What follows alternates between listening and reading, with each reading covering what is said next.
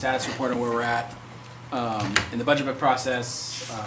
I've got some draft links just for council right now because it is a draft product.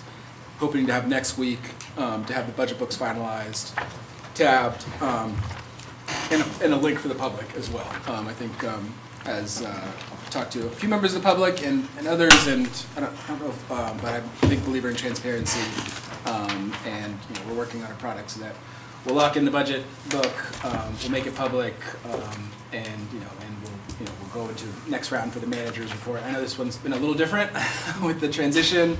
I think kind of level set on where we're at, with the transition. And I think the first, in some ways, and I hate to make the sausage in room, but you all have been doing that these last 3 or 4 months. So thank you for you. I think in some ways council handled the departmental stage of the departmental request. Now that typically is something that the departments would do with the city manager and the finance director.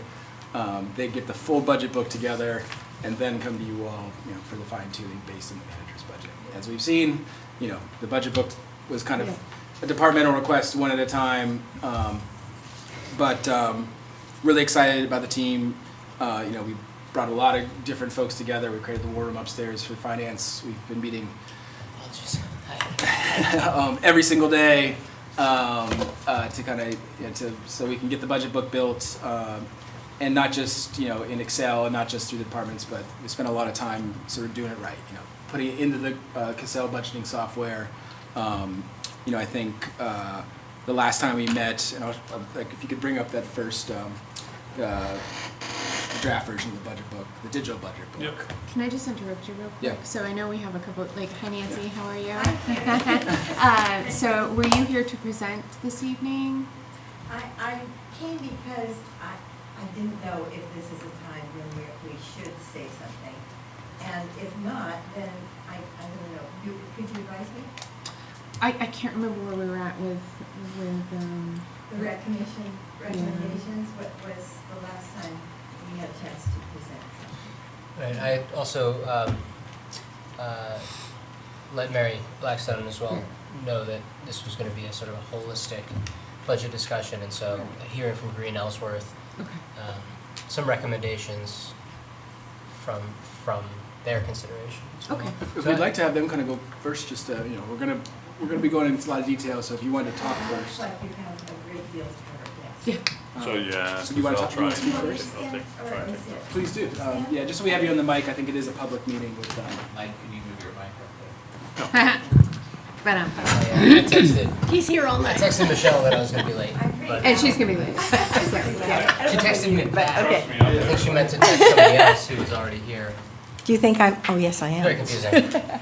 Okay, thank you so much for being willing to hear something about us.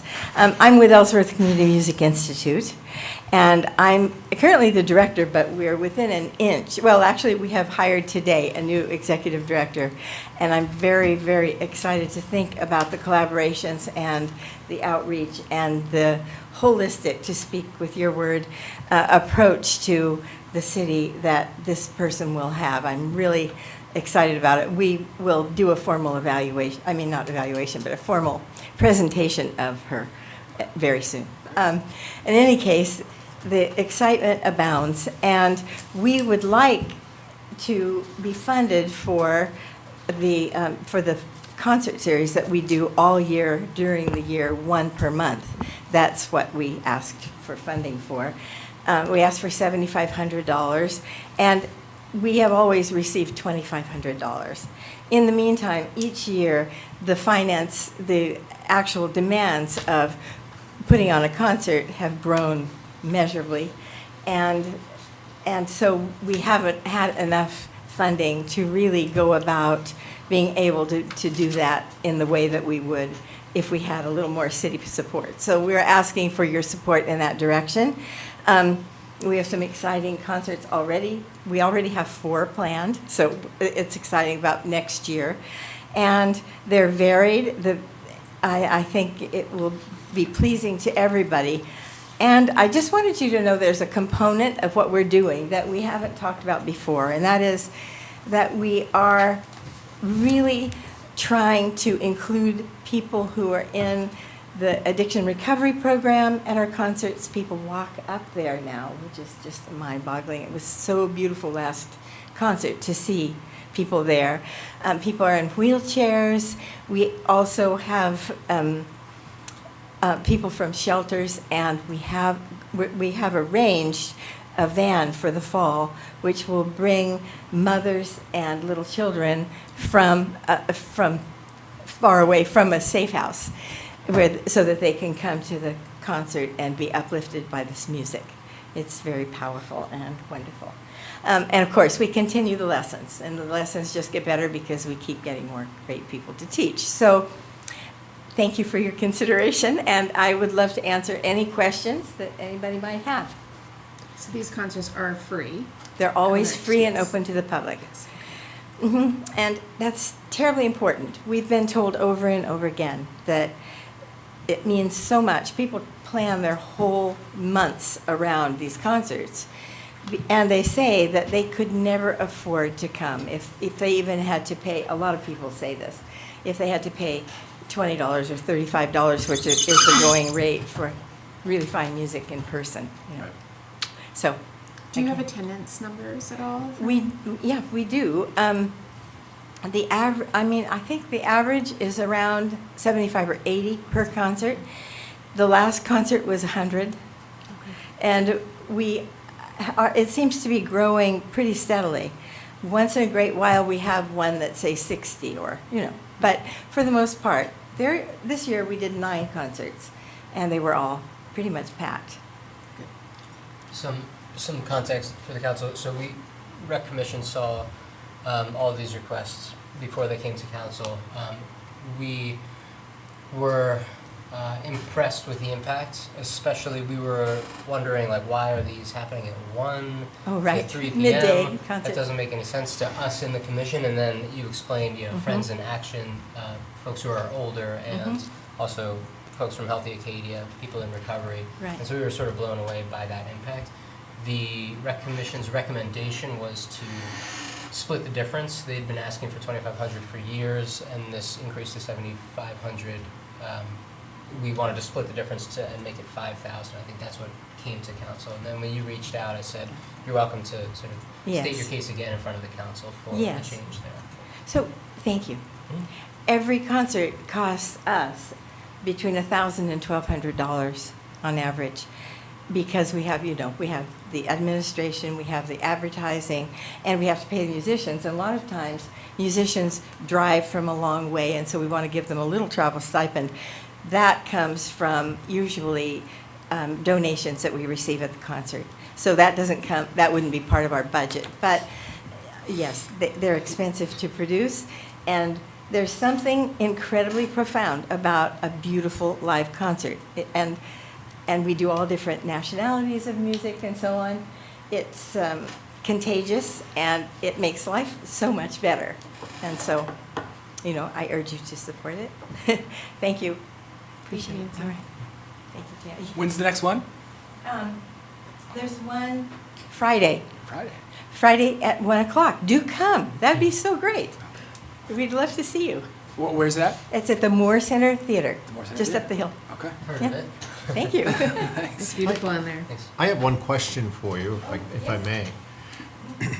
Friends in Action had shared with me that they have to pay the Y X amount for the year to be in that building. Is that true with your organization as well? Yes, we don't have a set amount. We've never had that kind of lease. But we do pay for every hour we use the facilities. Okay. And so when we teach lessons, we pay them, I think it's $15 an hour or something. That would need to be checked with our bookkeeper, because I'm the artistic director, and I'm sorry if So I- you're not there for No. free, you're paying the Y to be there? We are. That's, We are. When it's a public concert, I don't know the current situation for the public concert, when it's a free public concert.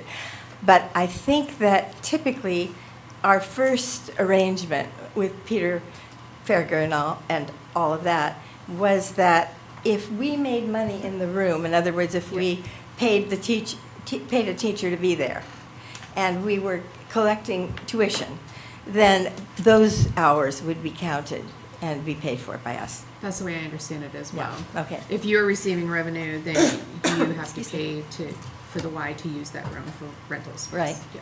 Right, exactly. Yeah. Thank you. You're welcome. And no more questions, I guess. Okay, thanks. And so I should go, or? You can go. Okay. Unless you want to do the riveting Unless you were section. just intrigued. Right. The sun is shining. Thank you very much.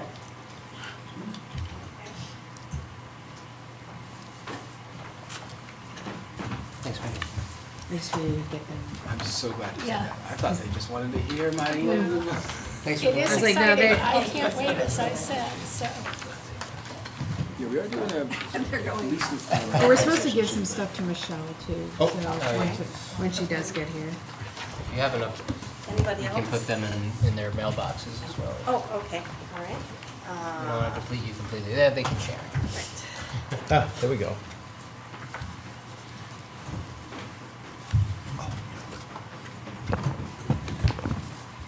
Well, thank you very much, counselors, for giving me, hello, Michelle, for giving me a few minutes to talk from the perspective of Green Ellsworth. My name is Mary Blackstone, and I'm Community Liaison for Green Ellsworth. It's become customary for Green Ellsworth to provide an advice document with respect to sustainability priorities and choices in the context of the budget process. I should say that I'm not here asking for money for Green Ellsworth, which is perhaps a bit different from most other people who are making presentations here. We have a policy that we actually don't ask the city for money. We ask the city to invest in some of our sustainability objectives. So, as per usual, the budgetary priorities here are presented for a 2-year period, so 2025 and 2026. So there's a bit of fluidity here, but these are priorities that we're presenting for the next 2 years. And we come to the budget process specifically because the budget decisions are a key point at which a city makes a determination with respect to its sustainability goals. I've glossed here a little bit of information about Green Ellsworth and how it defines sustainability for the city. The plan, the green plan that Green Ellsworth produced was released in 2021. It had 150 plus recommendations in it to be accomplished over a 10-year period. And first thing I should say is that we're very pleased with the extent to which the city has actually already, since 2021, addressed a number of the priorities on the list. And so we're not here to complain, but to look forward and say the work isn't done. There's more to do. So the format for this presentation is considerably different from in the past, thanks to good suggestions from John Stein last year, which we've taken him up on. And so for this document, I'm going to focus my glossing on sections 1 and 4 and leave you to look at sections, just looking for section 3. Yes, right. So the planning department is the first off, and I've organized this presentation basically according to the order of your budget workshops, largely in that order, thinking that it could be a useful introduction to what you're doing tonight, which is the overview of the budget. And so the planning department came up first here, and I just want to observe that not all departments have 9 items under them. It might be, Matt is thanking me many times over, but we are a planning organization. That's where what we came out of, and so there just happens to be an awful lot going on or needing to go on in the planning department. So lucky Matt. So some of these things you may have acted on, but it's hard for the outsider to understand exactly what has been accomplished in the previous year versus what still needs to be done. So I may err on the side of duplication, and forgive me for that because I don't necessarily know what has actually been accomplished.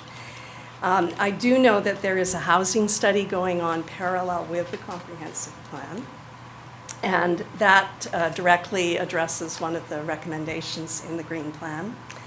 I put specifics in here about what I hope that plan is accomplishing. I don't know the details of what its deliverables are, but the issue of transportation, the preservation of historic housing stock, and mechanisms, comparative mechanisms employed by other communities to deal with uninhabited housing and short-term rentals. All of that seems, from our standpoint, to be pretty important information moving forward. And this is obviously at the top of our list here because we see housing as a major sustainability issue that we assume council is going to be looking at closely as a funding priority. Another top item on our list here for the planning department is addressing Card Brook, which is a long-term impairment problem. And it really relates to the next two items, both headed Card Brook and then baseline canopy coverage impervious surface mapping. There are actions that go back to the 2004 comprehensive plan with respect to trying to improve the situation with Card Brook.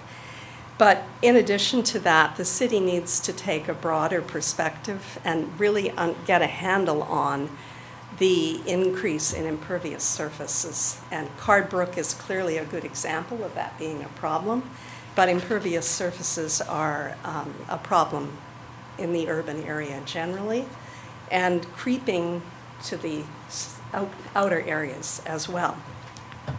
So that kind of baseline mapping, it seems important for the city to understand where things are at with respect to that, and then keep track of what's happening going forward and perhaps develop measures to control it better.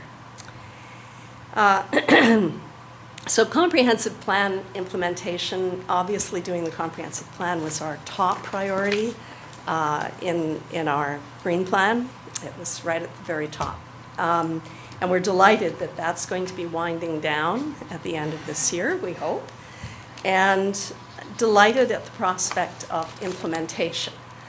However, that brings up the issue of the planning department more generally, because there's going to be the day-to-day work of the planning department, and then the comprehensive plan is going to dump this gigantic wish list of things that need to be done right on top of the planning department.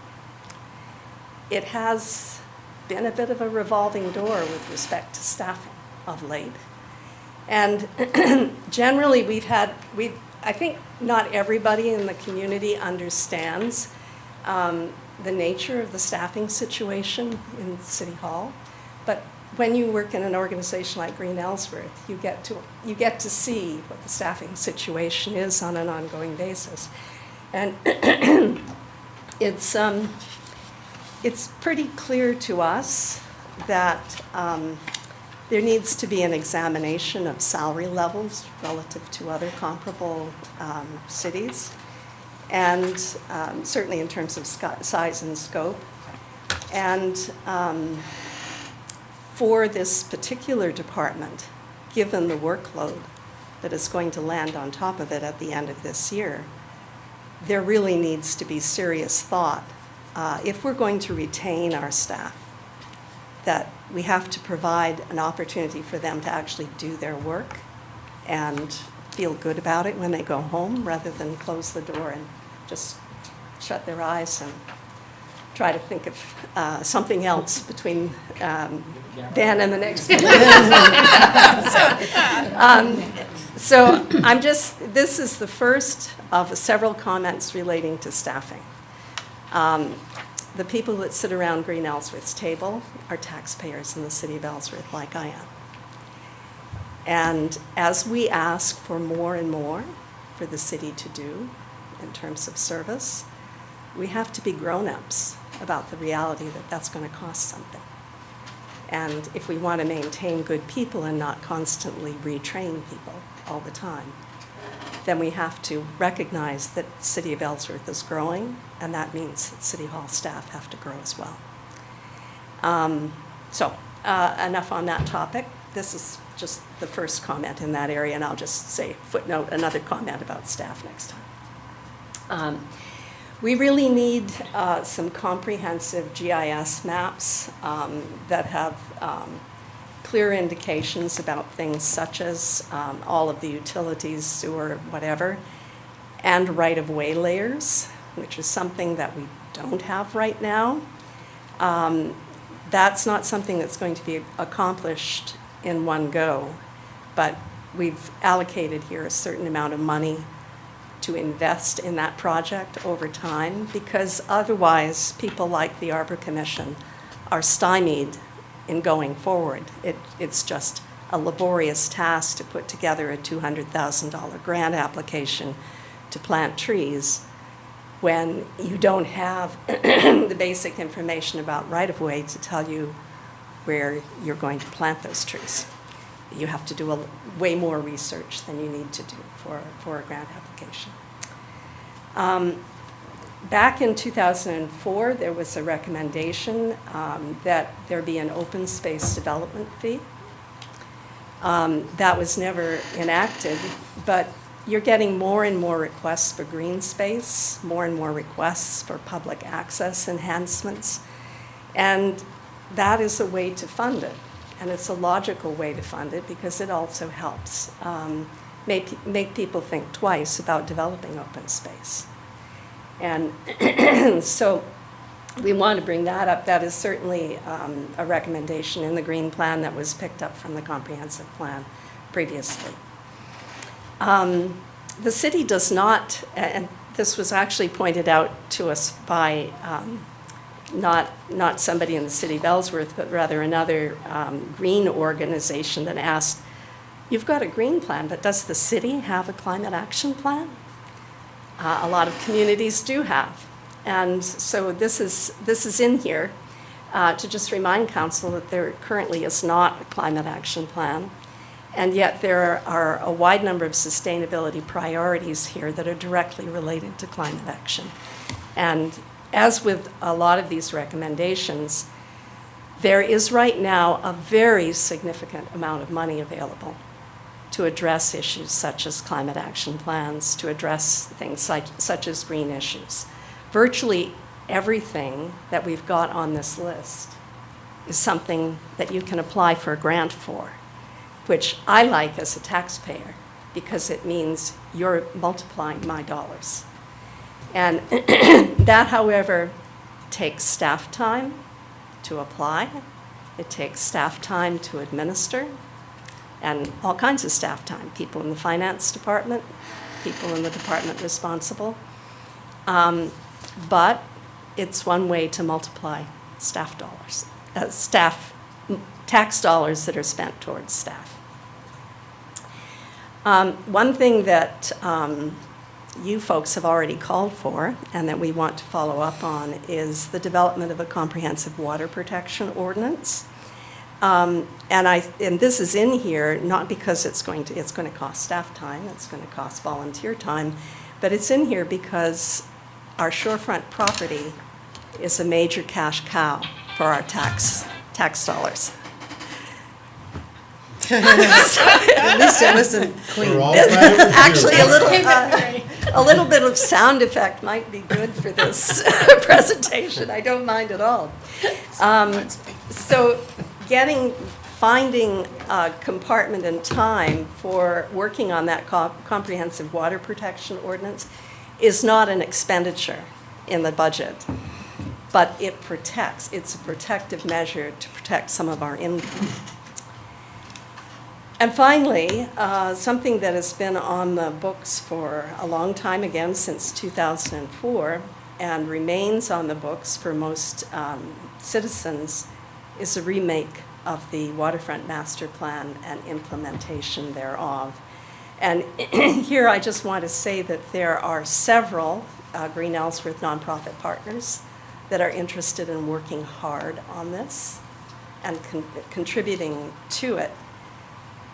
The need for the city necessarily to fund the whole bill, which it seemed like it was responsible for in the previous master plan, has receded. But it's important for the city to have some skin in the game and to initiate and to be in charge, to be frank. And so this remains a really high priority, if not this year, certainly the next year. Otherwise, citizens are going to get tired of saying over and over again that that's something we need to act on. Okay, sorry, so much time on the planning department. I'm moving on more swiftly. So economic development, we're delighted that the city's economic development department is working hard with us to develop a regional food hub and food systems plan for this region. It has made us very aware of the fact, when we're talking about applying for significant grants in this area, that the economic development department consists of one person. And we're very aware of the fact that there could be a lot more economic development initiatives if it wasn't just all on one person's shoulders. So just observing again the staffing challenge that is a give and take with respect to being able to generate revenue from a more diverse source than our taxpayers, but also the need to invest in staff in order to do that, because they have to be able to have the time and time to apply and time to manage. Code enforcement currently has 3 full-time people on the staff, as I understand, but I'm also understanding that may have been a retirement bridging tactic. And I just want to underscore here that there are so many examples, most recently brought up at our Union River Summit, Union River Watershed Summit this past weekend, that we need more code enforcement attention. And those, given the fact of how busy in terms of development the city of Ellsworth has been, we can't afford to go back to simply 2 staff members. We had 3 code enforcement staff members up to 2008. In 2008, with the downturn, we dropped 1 staff member. And then Ellsworth started to roar as one of the fastest growing cities in the state of Maine.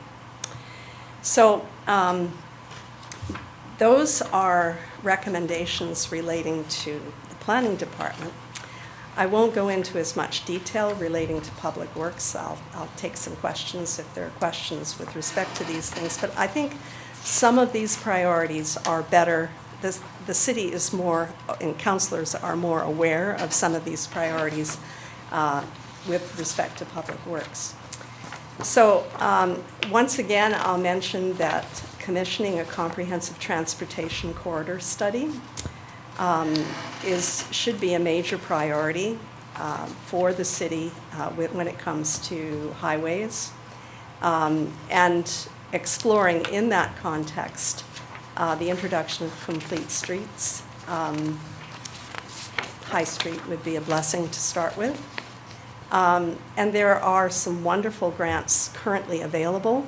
The Safe Streets and Roads for All grant program is a great program. I'm not sure whether people are aware of that or not, but it's a great program. And generally establishing a reserve for sidewalk and pedestrian complete streets inspired improvements is something that it's not entirely clear to me what kind of capital reserves the city sets aside, but that's one area which would make a big difference if an annual reserve were set aside. And it's really a tiny amount that's offered there for that, or suggested for that. The public water supply, we still need a management plan, which assesses the current vulnerability and projected long-term demand. And as we continue to grow and grow every year, there should be great distress with respect to the fact that we don't have a good handle on what our public water supply is capable of and where some of its vulnerability, we discover vulnerability. With Lisa coming in the morning, our previous Public Works Director coming in the morning and discovering that that was suddenly her priority for the day. But there's a real need to know more about exactly what our current public water supply is capable of and how to deal with the so-called donut effect that's related to that. And I'll just gloss one more under public water supply, and that is the Branch Lake Dam issue. I believe that it's been on a bit of a hiatus because we don't have a Public Works Director. But I just want to say that there is a little time factor here. You have two Green Ellsworth related nonprofits that are not only willing but eager to apply for grant funding to help fund the repair of that, basically remake of that dam. But those funding sources will not be stationary forever. So it's really important to move forward on that Branch Lake Dam project if those two organizations are going to be able to provide the support that they would be able to in a timely fashion. Okay, stormwater management. We've identified an area which we see as a high priority. It's the area that people who walk the Riverwalk currently have a bird's eye view of, and that is the system and outflow of stormwater into the Union River between Central Street and Main Street. Surely with the Oak Street project that's being planned, that needs to be a priority, although I have not heard that all three of those outflows are in fact a priority. So I'm just observing that we see those three as a priority and fairly urgent priority. There's also a great grant program that I think the city has taken advantage of previously. I'm not sure when that dries up, but the Municipal Stream Crossing Upgrade Grant Program enables the replacement of culverts which are inadequate, and we know from recent history that we do still have culvert problems, even though some have been addressed previously from a state program. The wastewater management side of things, I just want to observe that the sea level rise issue threatens the way in which the outflow happens right now for the wastewater treatment plant. And we don't know when we could have a storm where that could actually be a more immediate issue than it currently is. For solid waste, I think that might be one area where there's been a little bit of hiatus, again, because of the lack of a director in Public Works. But this, with the producer pay program coming on board, the city potentially has the opportunity to gain considerable financial support for its solid waste and particularly recycling program. But it needs to be ready with a plan because a lot of other people will want to buy into that plan as well. I also want to observe that Green Ellsworth has been fortunate to have an influx of new volunteers who actually have professional background in solid waste management. And so involving more volunteers with credentials in that committee could be a big help in shifting basically shifting the expertise or increasing the expertise on that committee. And finally, it's not clear to me, I believe the city has looked into upgrading its streetlights, if not the installation of LED lights to reduce its carbon footprint with respect to the lighting. And I'm a bit curious, I understood that perhaps it didn't seem that it was going to be cost beneficial for the city to own its own streetlights.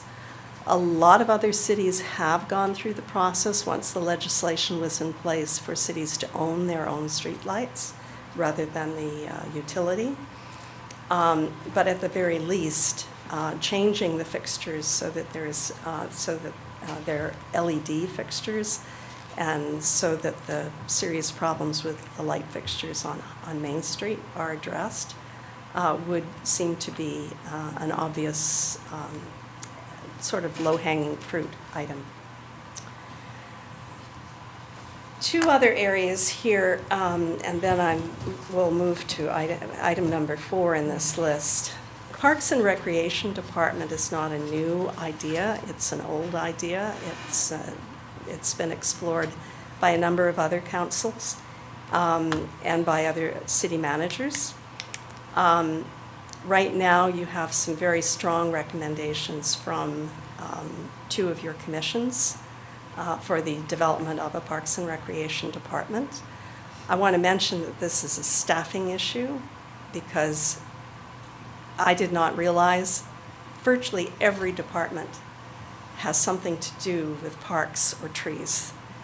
And so it's really hard to get a handle on what's being spent and from where. And it also makes one realize that coordination must be a significant issue. So this Parks and Recreation Department is a strong green plan recommendation, and backed up, as with all of our recommendations, with the kind of community consultation that underpinned the green plan. So there were more than 100 people involved in the writing of the plan. There were 30-some public consultation sessions, written submissions, particularly on this topic, that ran to 30 pages. There is no question, but people in the community really feel strongly about the importance of there being a Parks and Recreation Department. So the last point here is something that relates to the Finance Department. And it has been on our list from the very beginning, every budget recommendation that we've provided. And it has to do with the importance of having a fiscal impact analysis of our finances. A fiscal impact analysis does a number of things, which are outlined here. It looks at the source of income relative to expenditures, the costs involved in running a city. It helps align growth and potential fees or revenue relative to the costs of development. Most importantly, it compares this city with other cities of comparable size. And it gives you a sense of what this city is spending in certain areas relative to others. Now, that doesn't mean every city is a cookie cutter. Obviously, there will be reasons for budgets to be different. But at this very point in the year where council is sitting, everybody who stood at this podium or presented their budgets has said, we are important. We need to be a priority. And I have no idea how you're going to decide between all of those heavy-duty priorities. Having a fiscal impact analysis in your back pocket would be a huge help right now. It wouldn't answer all the questions or make the decisions, but it gives you a context in which to answer those questions. And I just encourage council to consider that. So The other things on here have to do with capital decisions being based on some sustainability objectives and some good words relating to nonprofits. The public isn't privy to what the proposals are that have come forward, so we're just familiar with these. We can see these, and so we're just supporting them. The fourth item here has to do with budget process. And these three, they're queries about process.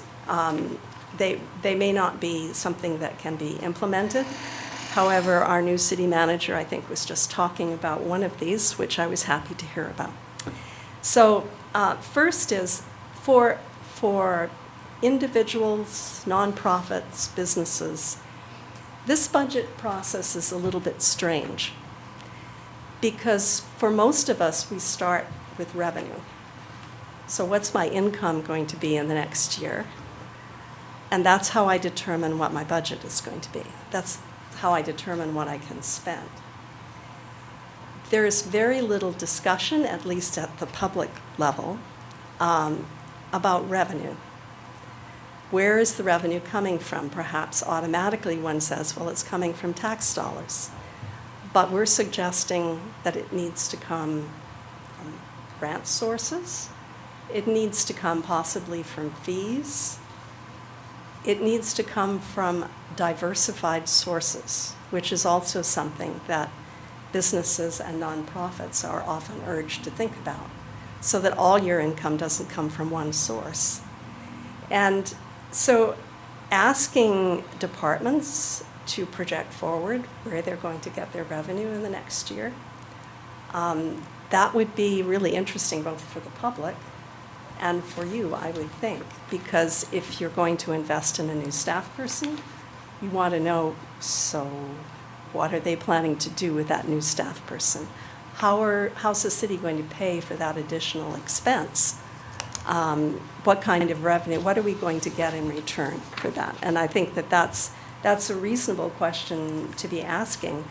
It's also a case of what kind of volunteer components are likely to be generated or leveraged. What kind of contributions from the public could be leveraged by a certain type of investment. So it's not just dollars, it's thinking about generally how will we be a more sustainable, healthy community, also through community engagement. The second point here is providing greater transparency as to what projects were or will be accomplished by the city over the course of the previous year. I've already mentioned that. And where and how additional revenue outside of tax dollars was generated. And that goes hand in hand with the next point, which is providing greater transparency and some kind of summary that is available to the public around the proposals that council is deliberating on. I feel that Green Ellsworth would be in a much better position to advise on sustainability if we had a better understanding of what is before council, and that the folks around the table are eager to do the work, to understand it too. So I apologize for taking a lot of your time tonight, but I hope that might have been useful. Are there any questions? I took a lot of notes. Sorry? I said I appreciate it. I took a lot of notes and highlighted some of the areas. So. Say thank you to, I know Nancy and I met about some of the kind of food area with Matt as well, with some people today, so it's a big one. Also, we recently received some notifications of some federal dollars available for some potential electric vehicles relative to our city vehicles that we don't know yet, but we're going to look into any of those kind of options as well. And so thank you so much for this. And transparency, obviously, this last one is really big on that. It's part of what we're trying to get Yeah, to. So. thank you. Thank you. Thank you Thanks, for Mary. that, Mary. Thank you. So. Okay. Back to the spreadsheets. I was trying to forward your I text figured message as to much. Tammy, and I missed. Oh, thanks, yeah, we'll pass it over to Patrick. So sorry about that. No, I was driving and texting. But I was trying to let you Say know that that into the John was gonna. microphone. I was, no, hands-free, but I just Yes. said the wrong name. Why are you sending this back? I know. It's like, John? Well, yes, it's John. So sorry. So I won't go too, but John and Michelle would just give a brief overview of kind of, what we got, how we got here, sort of the departmental requests sort of came straight to the council this time around, with the transition issues and, yeah, and also, I should have said, I don't know how much you paid her to all the extra staff and, that's nice, I'm gonna have to do that next time, Matt. But I think it was about 2.5 weeks ago that Nate, myself, and Mike, and Carrie, and Deb, and Ashley sort of took over this process. Really wanted to kind of start streamlining things, organizing things, building them into the budgeting software. Because we're thinking not just in getting out the Excel sheets of a budget book, but something that's going to be able to be tracked in real time and can be institutionalized. I was hoping to have kind of the final budget book with my manager's recommendation. I think I even previewed this last time around that was going to be a little bit of a stretch timeline-wise, but I did want to still talk to you all tonight on just kind of, where we're at with the budget book as of now. I think I'll be able to provide you all with, kind of a draft link to the draft version, which, is sort of in progress. There's some really big potential $1 million up or down sort of things, not just, I have to do my manager's recommendations on a variety of the departmental requests, but there's also some sticking points relative to ARPA funding, how we're going to handle capital requests and encumbrances that really could kind of affect what this final budget number will be at. So, we're going to orient you to the books tonight, give you a little bit of a brief overview of kind of, directionally how we're looking to handle some of the capital sides of things and the ARPA funding sides of things as it would affect the budget. And just so you can have a little bit better idea of next week, next Wednesday, of how we'll go about the kind of final runs of the budget process. So, as Mike's pulled up, this is, we'll give you a link to this so you can start orienting again. We're still working on some big things here. They are real numbers throughout. We built 325 pages of a book that and these are real numbers. I think just to give you a sense of the scale of the effort here, Mike brought in all the departmental directors, which is in some ways maybe 2 weeks ago for one by one. Okay, you've sent your departmental request in, you've heard from council. Like, he built a new centralized Excel sheet, updating everybody's numbers based on council feedback. Worked like crazy that week in the war room. I mean, just one after the other, and it was something to see. And then kind of did a handoff last week to Nate, old Nate, or IT Nate, and Matt, to really kind of took that work and then started bringing the budget into Cassell to build the new book. So they got through all of Mike's groundwork and then started organizing it into all of these pages so that we could get to the point where we're at. We're still there's some big line items, but I do just want to kind of orient you to how the book's structured. I will say also that we printed one version. This is as I told Mike on the way here, we printed this 3 hours ago. There's already been one change, so that's why we didn't want to go full. But we're doing double-sided now. I think I may already contradict myself.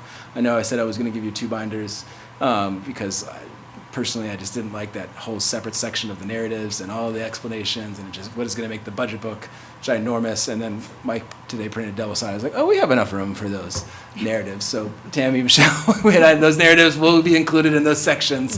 We'll use one book on the table. I hate to contradict myself, but as Whitman said, I'm large, I contain multitudes. So.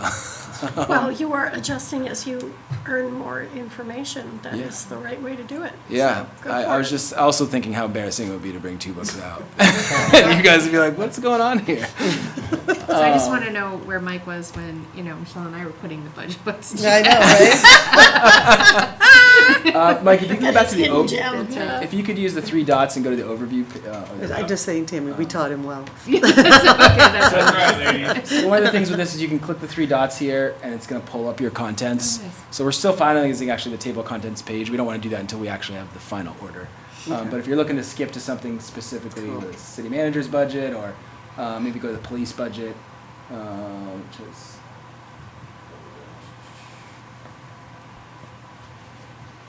So this also had page numbers, because I find that really helpful. Yeah, and with the final table of contents, we'll include all that. So you have kind of the next page. So you have a notes section on each one. I You have really your- like that. Yeah, me too. You'll have your general overview, think just the everything top else is line. great. Expenses, revenues, percentage changes. Here's how many departmental positions there are. General duties and responsibility. We're trying to have a little bit of like a public facing, if you're That's a public great. person, you might get to a department you don't know much about. Police, you probably know what they do. Assessing, for general public, might not as much. So having duties and responsibilities. And then just that new request, like, hey, what's new in this budget? Putting them Nice. there.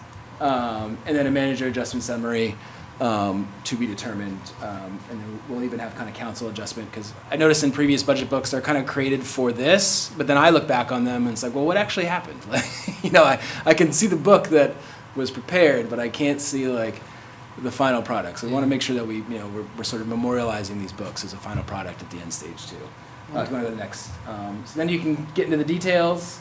You've seen a lot of these before. I think there were a lot of times different formats or whatnot, but you'll be able to go through every line, and to have ups or downs and and then again, we won't probably include it in this version, but we'll have the narratives and the others kind of inserted in there with all like a lot of substantiation documents people put together that you asked for. So Is there going to be the 2022 and 21 actuals? So 2021, no. I think we're thinking about 22 actuals, and this is the one piece now that just got audited and finalized. There's still like $130,000 variance within there that's sort of accounted for. We talked to our accountant auditor today, and we're still trying to how do you adjust for that in Cassell in the system to put them in. And then 23 and 24 are still budgets. So and I also talked about, in some ways, I think I talked to you, Nancy, in some ways when we look at this, because of the transition from one software to the next, and a lot of the departmental changes, the city manager used to have the HR director in their budget. Now they're somewhere else. The changeover in all of the chart of accounts have changed. So using the sort of actuals, budgets, and this and that, well, we'll put in there still. In some ways, it's not like, as helpful as it could be longitudinally as it was in the past when they were all, exactly the same, because you might, well, wow, that's a big increase, or a big decrease in the city manager's budget. What happens? Like, well, the HR director is now its own thing. It used to be in the city manager's budget. Like, that's the reason for that. And I include that in my narrative for the city manager's budget. The HR director used to be here, et cetera, et cetera. But that's why I do, we're trying to get these, obviously it's part of the reconciliation process, but to be actuals as quickly as possible. But 22, I think we'll have 2022 in there as an actual. It'll probably be 2023 or 2023 budget by next Wednesday, but maybe in 2 weeks, 3 weeks or so, 23 will switch, or 24 will switch. Sorry, 23 will switch to an actual as well. 24 we're still in, so it won't be an actual until July 1. So, which is kind of the part of the process here, and I think part of when I get to the capital piece, one of the issues we're facing in the budget is how do you sort of, without a reconciliation, and without the reconciliation, without an encumbrance policy that you can predict what could be brought forward based on current general fund balance. It's one of the bigger caveats before we sort of say, hey, what can we count on from past budgets and revenues that have come into the general fund, and and count on that's going to pay for previous things, or do we need to budget forward to pay for some of those things that may have been used by undesignated fund balance or contingencies that happened in previous years that weren't budgeted for. And until you're reconciled, you don't have total accurate. I'll get to Nate in a second, and he can kind of update you on current general fund and some of the sort of general, we're getting towards the end of a budget cycle, so we can do a little bit of like, hey, here's where we think we're gonna be based on current general fund, burn rate, some of the big outstanding things we have. If you go back to the overview page, I can, and again, this one is In the book or on? online, or on the, this one, the online version. Oh, I should have just got that, sorry. Can I just say while he's looking at that, this is spectacular. I am genuinely ridiculously excited to see this. Good. I'm glad. It's the context we've been talking about. These are great proposals, but what is the context for Exactly. the proposals? This is. And this is the big one. Again, these are real numbers, and they're showing real things. Except there's large variances that could go one way or the other depending on how we account for ARPA, how we account for capital, how we account for the general fund and the reconciliation. So this isn't like, don't say, oh my gosh, that's the number. Is it going to be that? This is, we really just want to show you kind of how it's going to show up for the overview and what we'll get to next Wednesday, depending on some conversations, so that you kind of, so if you go to the left side of the page there, Mike. And I think you've seen this, some of this before. It's, we based a lot of this based, Making me dizzy. I know. usually, I should also say, usually we do this up in the war room, and it's very nice. We kind of have it, we spent about an hour here beforehand trying to figure out how to do the same things on this screen. And there was one time when I was pointing on something on the screen, I was like, Mike, and Nate goes, Mike can't see you. I'm like, just press the minus. So we're breaking it down by the general government spending. For these ones you'll see, sorry if you could stay up at the top there. You're going to see, again, we're going to try and get those actuals in, FY23 budget, FY24 budget, the department request. Now, all those department manager adjust, council approved, those are all the same numbers right now. Next week, manager adjust will be different, and then council approved will be like the final version of that. If you could go down, so you have the general government, public safety, and then to the next side, expenditures, that's kind of the top line analysis. If we go to the place with the median tax rate in the middle, right here too. So is that one page is all? This next page. Oh, here we go. Yeah, if you go back to the left side now. So this is like the big one in terms of the top, Okay. the top level. Oh wait, no, No, actually it's here. previously. Go back 2 or 3. Maybe. I don't think, it's the one that says median tax rate, or median. A lot of backseat drivers here. I know, poor Mike. No, go. It's not that. This isn't the overview, yeah. It is kind of like watching someone's video when they're walking along and they're. I thought it was before that. I thought it was like the very first page. Yeah. Here we go. No, No, keep going. back. Keep going. That page. This, Yes, that's that's where it's at, yeah, yeah. Okay, So so this you're is like the right big there. top one that can kind of orient you to the rest of the book. So I hate to say this, but I cannot see that. Can you zoom back in again a bit? Thank you. So if we go to the previous page, or just, zoom over to the left side of the page. So yeah, we're putting the general municipal appropriations. This is kind of what you saw a little while ago, just in top lines. Same thing though in terms of department request, manager adjust, council approve, TIF, capital. Again, these are working numbers in a lot of ways. And then then you kind of get to the right side of the page. Our revenues. So it's expenses and revenues on one side. Then we get to the tax impact. Schools obviously up there as well. You'll see the previous years. SMA assessments, raised by taxes, overlays, mill rates. I think this was from you, Tammy, thank you for this, is like how much the school and the city kind of accounts for the mill rate, which I think it was a great in the county piece. Then your total mill rate, again, so you'll see, these are actuals from 17.3 was last year's, it was a 10.2%. Mill rate percentage, the amount raised was a 19.4% mill rate. Again, these are with a lot of variances here, so we're at 17.77 based on a variety of things that could change a lot differently either way, depending on a few of these conversations. But then we're also providing like a median tax bill for your public. What does it actually mean to, to your point, Steve, to Mr. and Mrs. Ellsworth? Not just give me a number, tell me like, okay, a mill rate You of really this. should say Mr. or Ms. Mr. and Seriously. Ms., sorry. And we've broken it down, so like, what was that tax rate in average for your median resident tax bill at 199,500, which is your median tax bill last year. This year it's up about 5% to 210,000. The mill rate last year at 17.3 was, or average tax bill about 3,451. If it was a 17.77, it would be 3,731. And here's the percent change, and here's the dollar change. But then also a business tax example, just so you can see a couple different buckets of how, like, what they would actually Seriously. get. Excellent, excellent. I mean, honestly, I want to stand up and give you an ovation. Yeah. Yeah.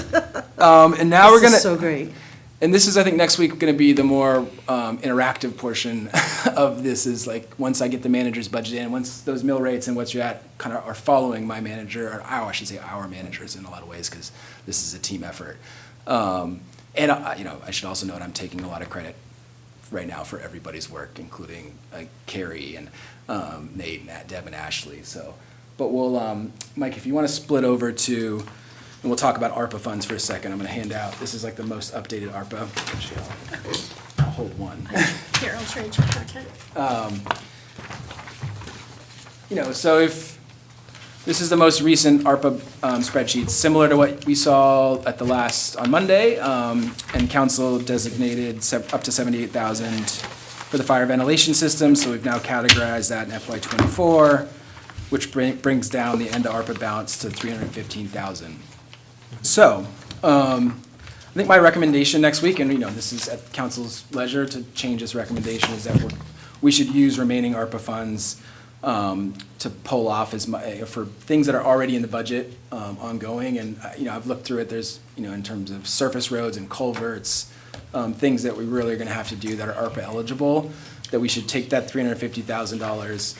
Plug it in as a revenue and pull those into like a separate section so it's not taxed for this upcoming year to kind of help pull the mill rate down as much as possible. So Mike, if you could put in, so let's say we do a meeting adjust of $315,000. Subtracting it? Subtracting it for the ARPA and kind of pulling that off. 315, Yep. 315. That's Oh, 350. 315, sorry.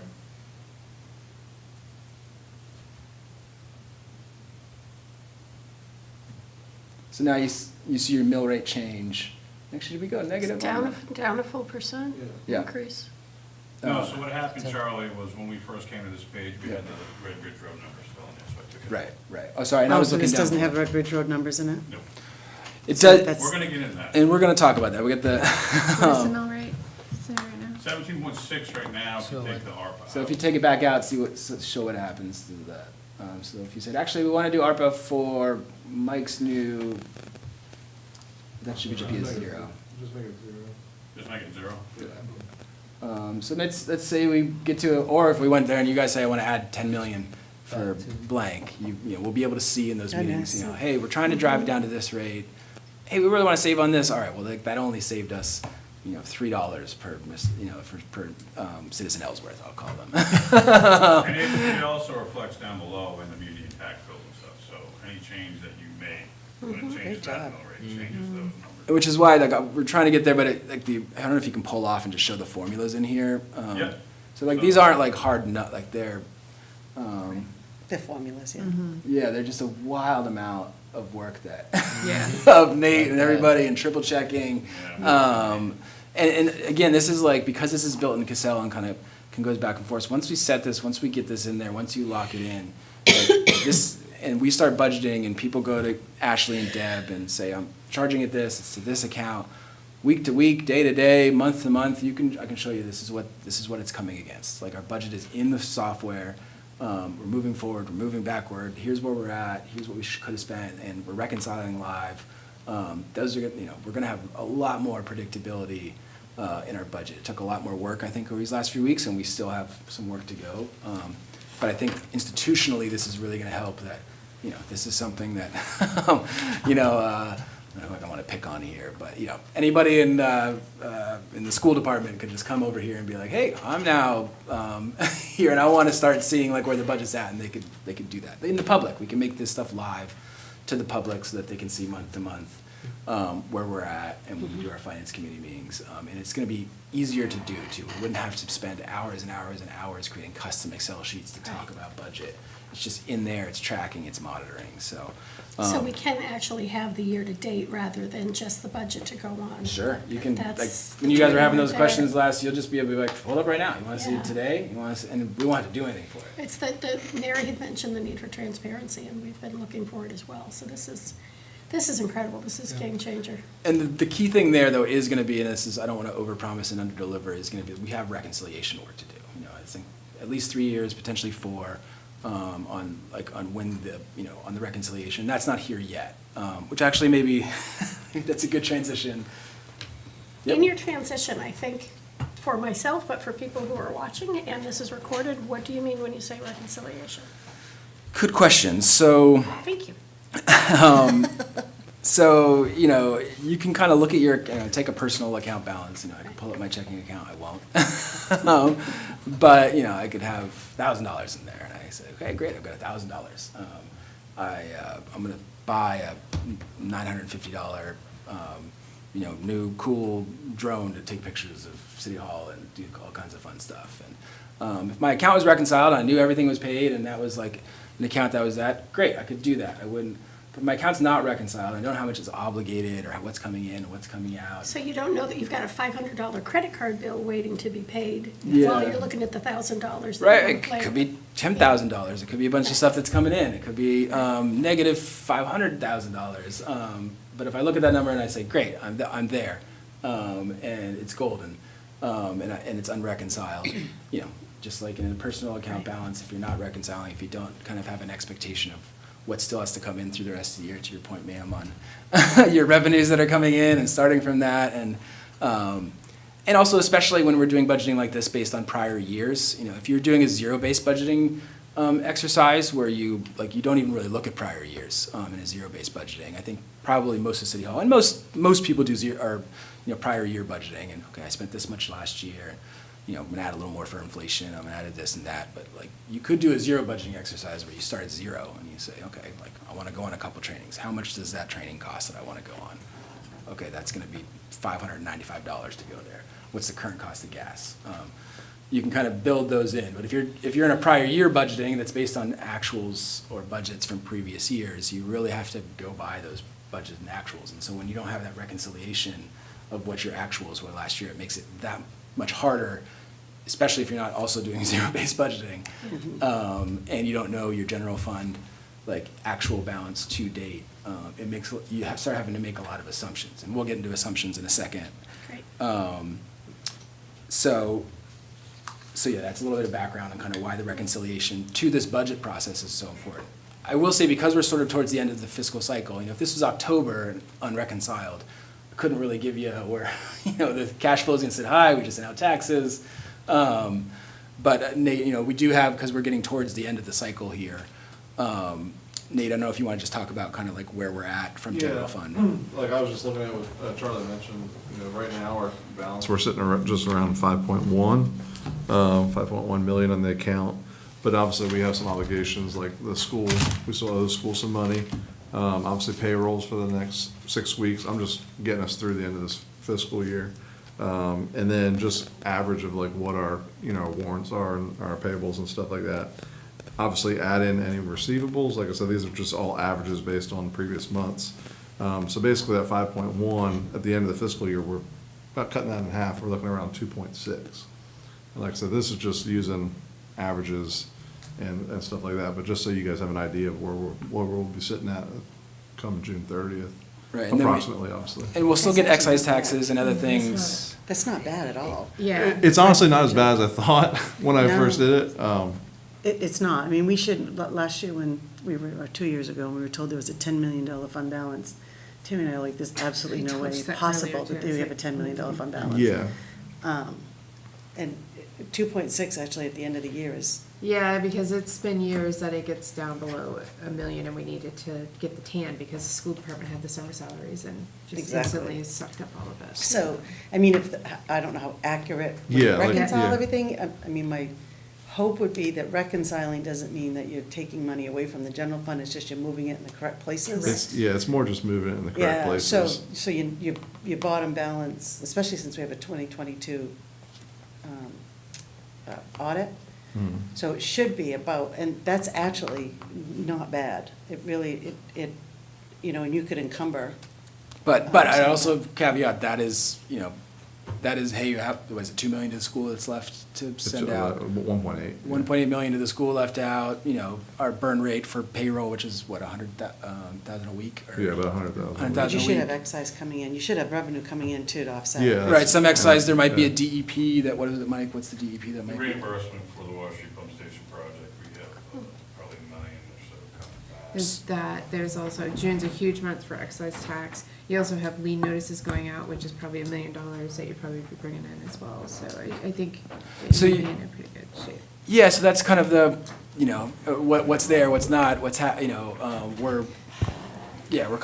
love to be reconciled, but we're also somewhat fortunate that we're getting close enough to where maybe we can make some of these assumptions. Yeah, I think you can. And talk to you a little bit, I think that's the big thing for me, is like talking a bit more to Tammy, to our next point, on like how we want to handle, where we're at in the reconciliation, where we're at with our general fund balance, and what we need to obviously tax for next year, and how we handle a lot of like the larger capital improvement stuff that we want to go through, mostly roads, so I'll pass this around. So this is part of Mike's original presentation. One of the things that, in going through this process that we sort of went through is, there was a budget freeze last year. Previous councils had allocated, I think for last year, about 1.9 million in local roads. Only about 400,000 of that was spent last year, or in last fiscal year, for local roads. So you're at a $1.5 million delta for what was allocated by council and what was spent. Yep, Why don't you finish your sentence, but when you say prior year, you're talking fiscal year 23 or 24? 24. So Okay, for it's fiscal year 24, roughly. The year we're in now. We're in currently, so we're at roughly 400,000, I think, and it says down here, I know, sorry for my, we basically did Water Street, State Street, and the Upper Light, where the, was what was paved. And as part of the way there was there was a budget freeze, they said, don't do any more, so this 1.9 million was in there to spend, but we were only, so the question is, okay, can we encumber, and if you're reconciled, you could say, sure, we know where we're at, cash flow analysis, encumber the delta of that forward. And then what do you want for this year? And we're not even gonna talk about that. However, if we were to put, there's, one of the big ones is like the Ridge Road, which, you wanna explain that, Mike, on kind of Ridge Road, where we're at? So Red Ridge Road is actually under construction, and so the current situation with that is, in '22, the council allocated 300,000 for that. In '23, the council allocated 300,000 for that. This year, we were allocating 300,000 for that, for a total of 900,000, plus a grant we got for 125,000 to cover the cost of this project. The concern is the two previous allocations of 300,000 is not reconciled anywhere or tracked anywhere and is lost in the general fund. And so if we're going to look at adding in that 900,000, I mean, the total cost of that project is somewhere in this range. And this is what's gonna happen if we put it in. So that right now you're at 17.81.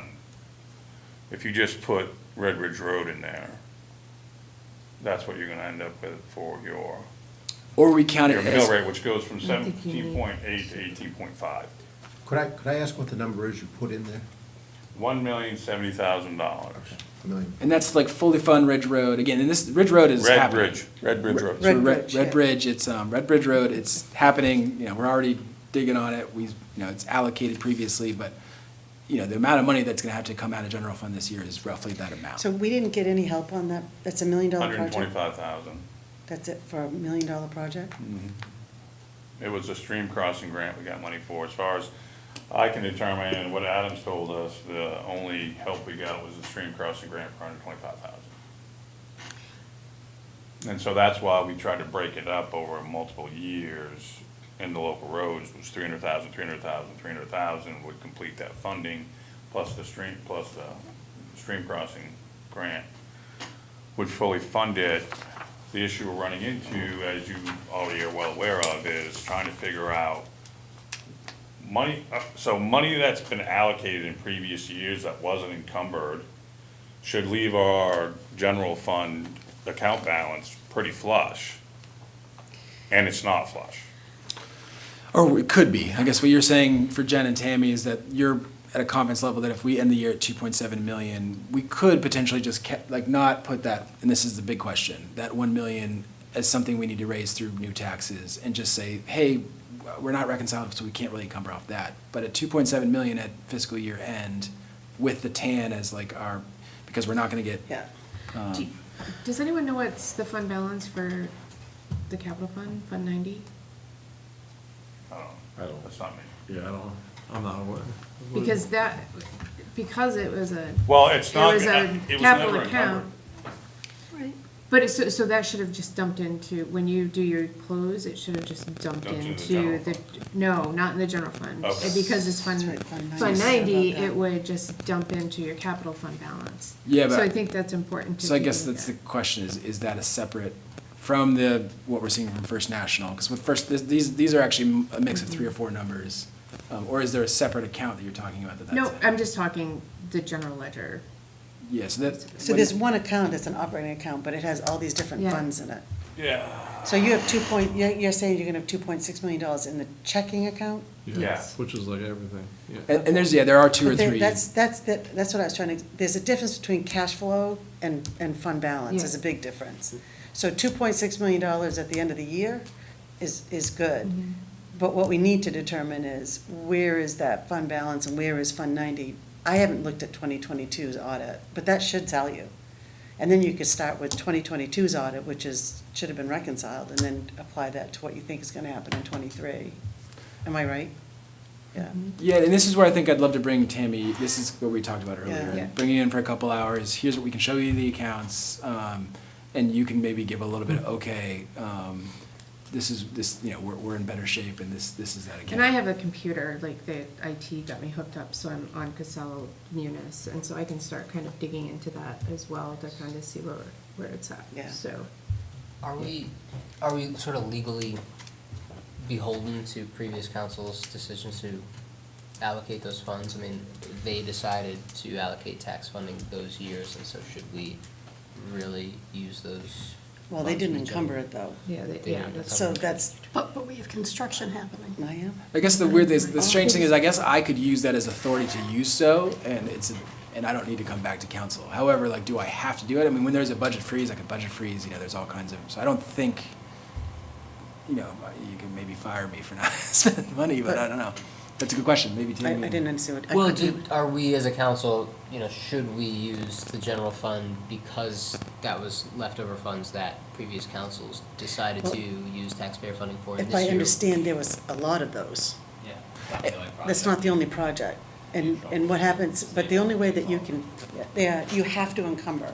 So if the council decided not to encumber, then they release those funds I back see. to the general fund. So we don't have an obligation to do it for that reason. So it's an independent. I should It's say an we- independent decision per council. We do on Red Bridge Road. But you do on Red Bridge Road because we have. Because we've got construction and contracts, so. But I would also like to see, I God hate to borrow, but if we're in a position that we gotta come up with $1 million in this city with as much as we have to do, I would really hate to see us take that out of taxpayer dollars in one lump sum. And because we have a lot of things we need to look at. Yep. I mean, we just went through Mary's thing, is maybe this is the time that we borrow for something like that on a short term, and do it that way and pay it back. Just because it would be easier to borrow to borrow $1 million, have a $200,000 in debt service that we had to pay off over 5 years, than to stop everything in the city because we had $1 million that didn't get encumbered. I agree. I have a clarifying question, and that I support the direction you're going there, but I want to make sure I understand this, and usually translating it to a household budget usually can make good sense, that if I understand right, So $2.6 million will be cash in hand. The problem is, we don't know if I were saving to redo my roof, we have a checking account, and then we have a capital savings account we need to replace the roof. So we put money into that every month. And if I'm hearing you, there was 300,000 plus 300,000 plus another 300,000. We're not sure if that 900,000 is part of the 2.6 million that's already obligated, because within that umbrella, it's in the capital savings account. Yeah, I'm sure it's in that 2.6 number.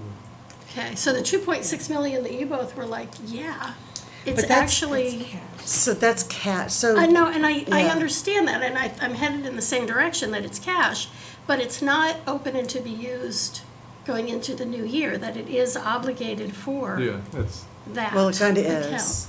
Huh? The $2.6 million isn't, yeah, it isn't obligated for fiscal Well, '25. for specifically the Red Red Road Bridge, let's pick a harder set of Red three Bridge words Road, to yeah. say.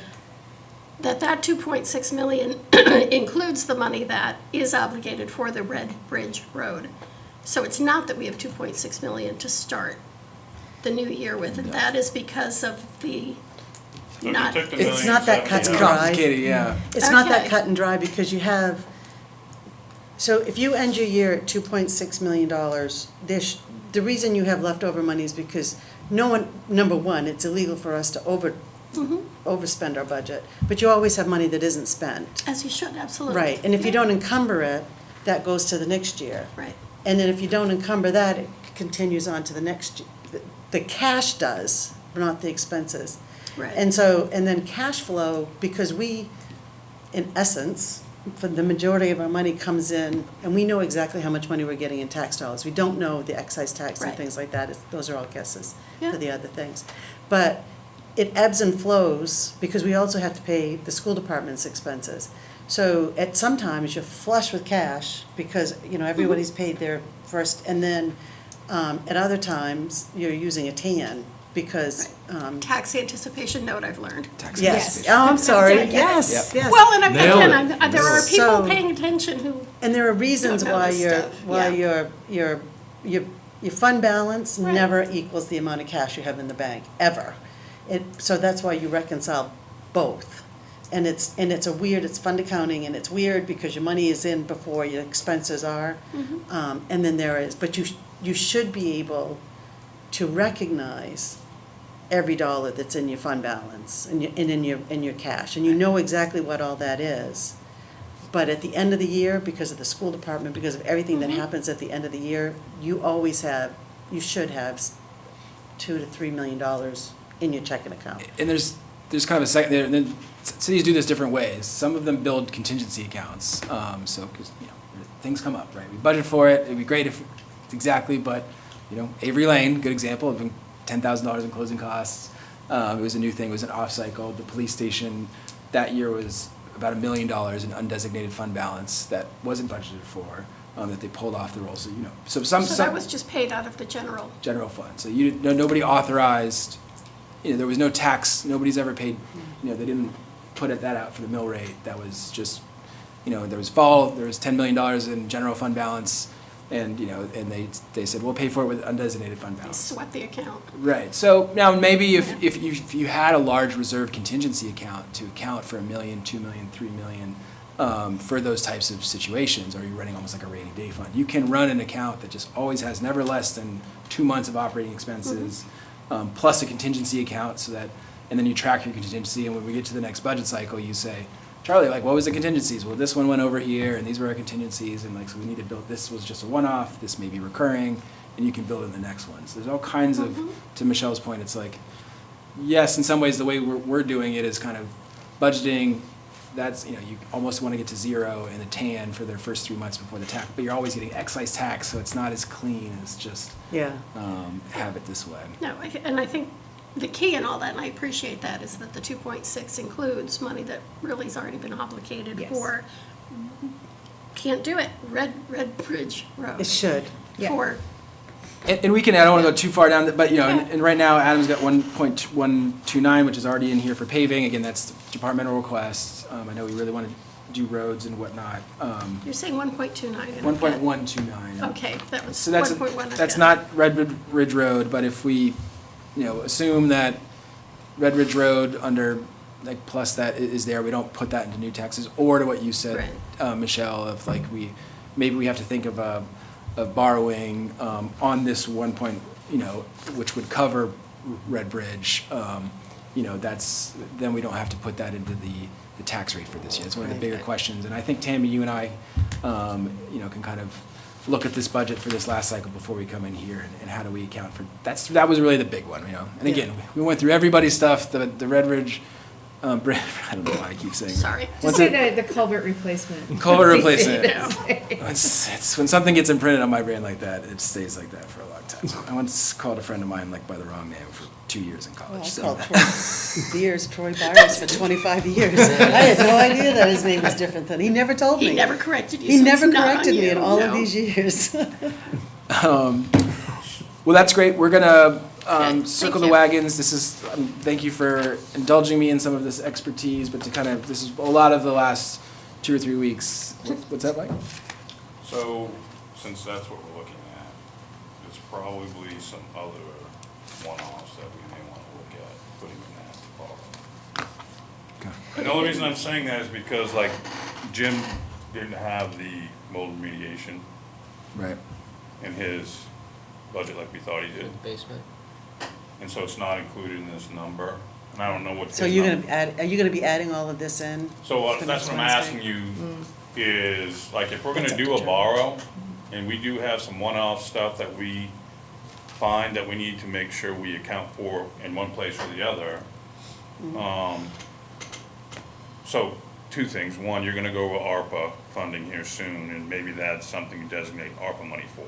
But if you don't designate ARPA money for that, would it be preferable for us to include that in the borrowing with the Red Bridge Road project, or? Yeah, I think that's a discussion for next week when we have everything, and and your recommendation Yep. of what absolutely has to be done this year. Yep. I think would go a long way towards that. And I think that also could be sort of okay, once we get reconciled, we don't have to borrow, like, we have enough, like, what could have been a previous encumbrance, and there's enough. Borrowing, just in case we. And then we come for a supplemental budget cycle, right? It's where I say, hey, now that we've reconciled, like, I can use undesignated fund balance and know that it's good, right? So like the police, when you use that, like, if you're reconciled, you can say, yes, we have a 1.4 million in undesignated fund balance based on a reconciliation that's not relative to this year's needs, that we can pull in for X projects. And then we'd come to council and say, we want to pass I would call it a supplemental, that's a state government budgeting term. I don't think they use that in municipal, but something like that. Or we say, actually, now that we're reconciled, here's where we're at with the account, and feel like we need to bond. But now that we've reconciled and our books are in order, hopefully our bond rating will go back up, and we'll be in a much better position to do that type of borrowing. Plus, these are our heaviest borrowing years right now. If you look at so it might be a good time to borrow so that we're, infusing with cash and putting debt, because the future debt years are much lower than these next 2 or 3 years. The only other, to your point, if it is an emergency situation and we need to get Red Bridge done and before all of this gets reconciled, we can do a borrowing for 5 years or whatever, for whatever it is that we need, and then, but make sure that we're allowed to pay it off without penalty, and then you can From the just. fund balance, From- after we reconcile? After we reconcile, we can Yeah. pay it off from fund balance, as long as we don't have a penalty of doing that. You Okay. just- When you do your borrowing, you just do that, so. Gotcha, and then you're out early, you're not paying as much interest. Yeah. Exactly. It's just kind of a temporary thing till we know what we're doing, but it also can stay if we find out that things aren't as good as we're hoping.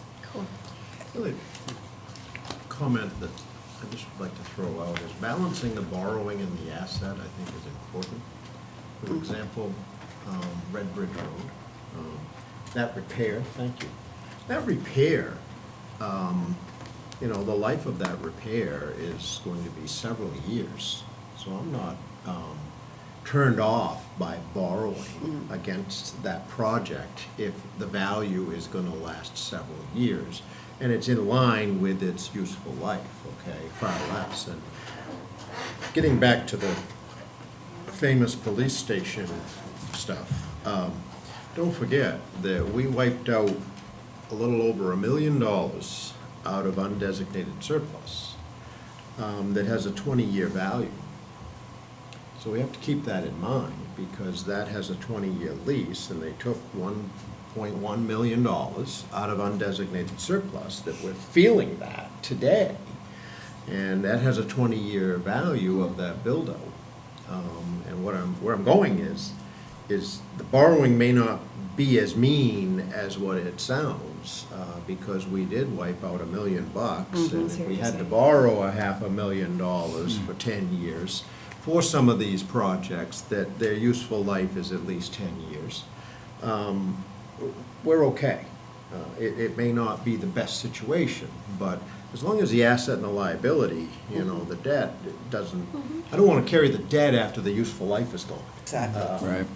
But they swiped a 1.1 million out of undesignated surplus, and we're all sitting here wondering what to do Well, about it it. turns out it wasn't surplus is the key. Well, exactly, number one, and number two We don't is, really know. if we have to go fund some of that, we have a 20-year lease on that building, and the build-out, what I'm using round numbers, is 1.1 million. So as long as we're looking at the useful life of that build-out, it isn't as mean as it may sound, is where I'm going. Yeah.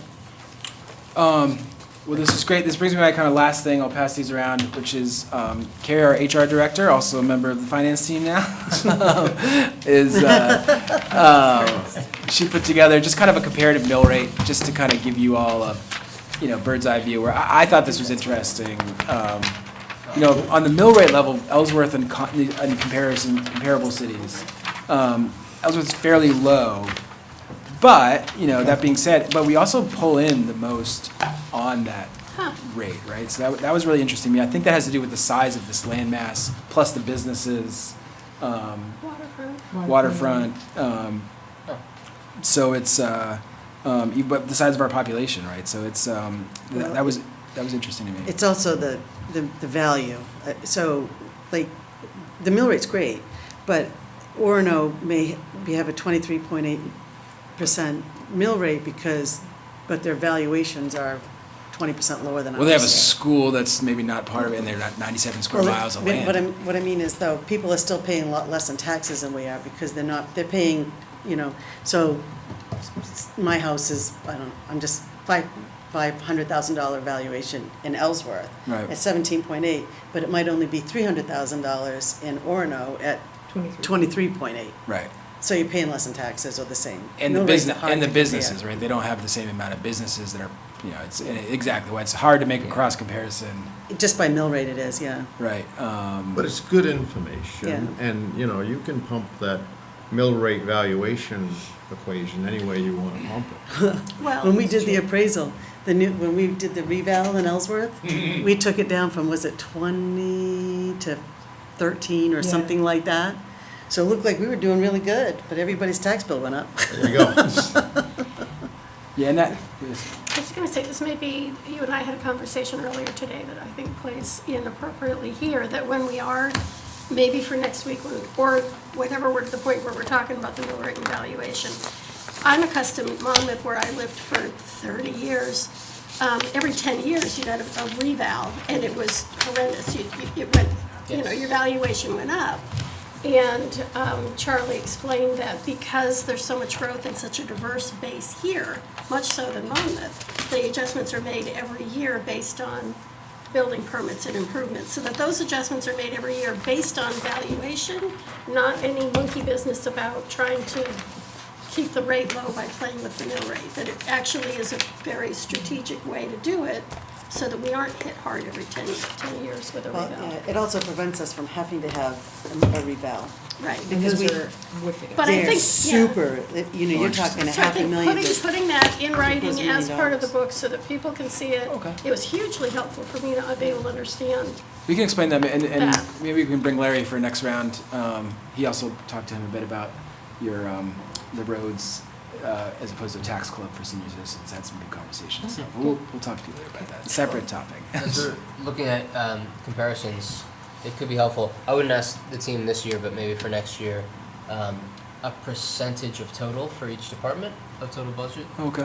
And even on top of that, a percentile of that percentage compared to average main towns. Say like, because just Recreation Commission was talking about that in the thought of the Recreation Department, saying, well, these comparable towns are paying, 20% of their budget or whatever of their total budget goes to the rec department, and then you can compare those percentages with other towns. Right. Some more information. Yeah, I love that. I know Nate has a bunch of pie charts that we tried to get. Yeah, we love. It's gonna be clean. So I kind of, Not now it's a just- challenge. It's a personal challenge. And Yeah. Nate, you're probably not listening. I Lots hope of you're. algorithms involved. He's at his son's concert tonight, I think. Yes, he is. So or else he'd love to be here. God, he chose his son over a budget Yes. meeting? He'd love to be here, he says, yeah. No, we talked about it. I'm gonna designate ARPA as part of the manager's request. Okay. And just to pull the mill as low as, if you're at a super low mill rate, but, even though, again, this is not final numbers, it doesn't seem like we're beginning to be in the place that I think we're gonna wanna put in our ARPA as revenue, pull as much as possible as part of the manager's budget. It's gonna be a fun 5 or 6 days for the team, but, we're gonna get there, and next Wednesday, I think we'll be a lot closer. You all can kind of review, we'll see where we're at, and if you're comfortable, I'll take you through my manager's recommendations. I think we'll also bring in, because I don't want surprises. I don't want this to be, hey, wow, this recommended. We're going to bring back in department heads. It's a team. It's a manager's recommendation, but it's really a team recommendation in a lot of ways. So, but plus also, I think, this is one piece you can see in the mill rate. I don't know if you have the breakdowns. School versus the municipal and like what's driving this. I'm also thinking towards next year, and we've all talked about this with the separation where we take the majority of funding for the year and we spend, and we pass it early and we spend, pretty limited amount of time on, whereas the smaller side and the city side, we're the ones where any cuts or this or that have to come from, and that exercise is something that the schools don't have to kind of go through. So I think next year I'd like to make it a little more balanced on. I have a question, since you brought that up. Is that because of the referendum vote, that the school budget has to be passed earlier? Yeah. There's been discussion about, legally we don't have to, but it feels like an obligation, but it always passes. And if that puts it so that the school is in a different cycle than the rest of the municipality, maybe it does make sense to at least put it out and hear from people. If we don't have to do the referendum, Yeah.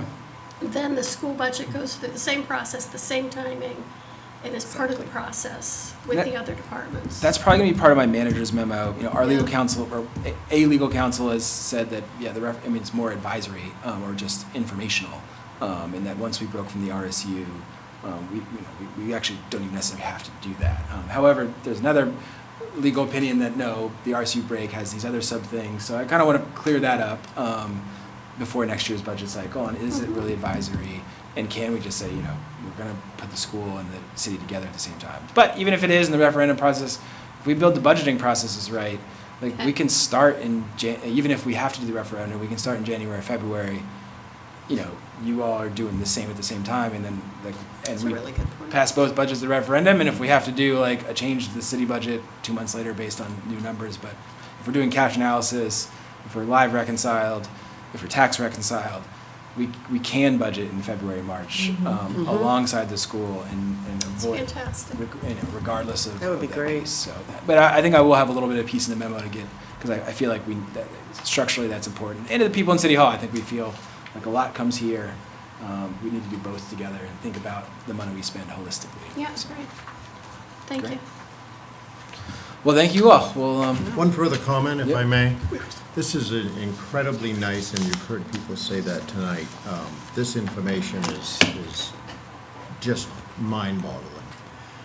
It's such an improvement over what I have seen here in 3 years, but it's very impressive that this all happened in 5 weeks.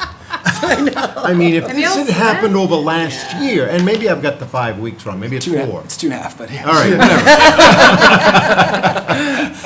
Well, I should say, I've been here 8 weeks now, but the team didn't take over this process truly until about 2.5 weeks ago. all right, so 2.5 weeks. I mean, if you'd have come forward with this and you'd had 6 months, we would still say it was impressive. But this small, short window of time to bring this forward is just amazing. Yeah, and that's- It is It's amazing. teamwork with, like I said, Mike's been busting his tail, IT Nate, Yeah, IT was big. yeah. It's amazing. Yeah, and actually, you all did a lot of work on the departmental, Yeah. and all the departments did work, right? Because they came straight to you all. So every one of our department heads and their staffs, like, they really had to do a lot of work because of the Cassell technology implementation, not being able to see their live numbers. That must have been really stressful.